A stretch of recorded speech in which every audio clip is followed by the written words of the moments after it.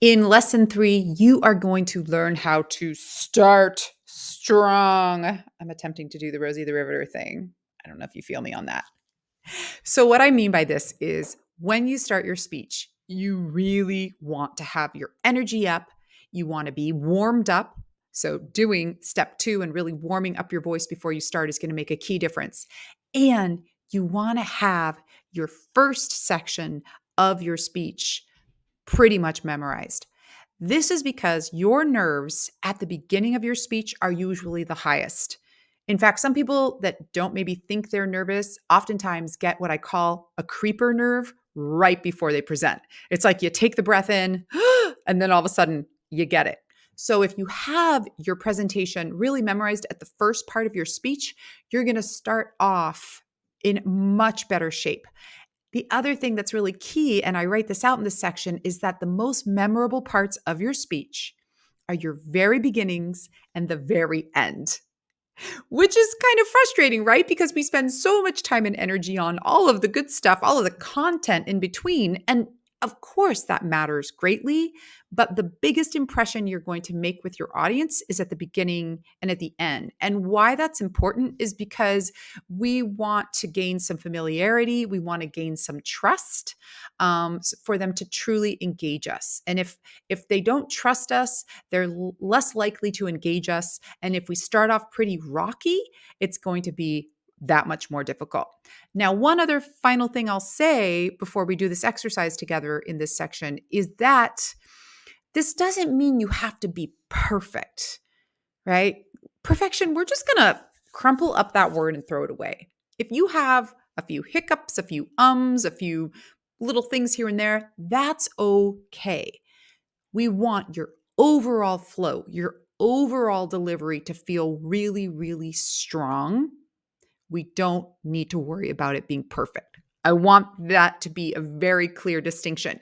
And the reason why that's so important is because if we're really concerned about being perfect and we inevitably have a little hiccup or a mistake, that's going to possibly derail us. And that's not what a live speech, a live presentation is about. It's about adjusting and pivoting with whatever it is you say next, right? So in this case, this first exercise I want you to do with me. We're going to take that first part of the sample speech and we're going to clap it out together. You can either do this with a pen or you can do it with a hand. And I'm going to clap it. And we're going to say it. We're not going to worry this clap time through about how it flows. We're just going to clap it out to really get a sense of the syllables and of the rhythm pattern. Let's try it. Hello. Thank you so much for being here with me today to explore how to overcome your fear of public speaking. I am, say your name, and I am so excited to share with you the 3 most helpful things you can do today to feel better about speaking in front of an audience. Now that you've done that, you should have a little more of a sense of the rhythm pattern, of how the words have a rhythmic pattern to them.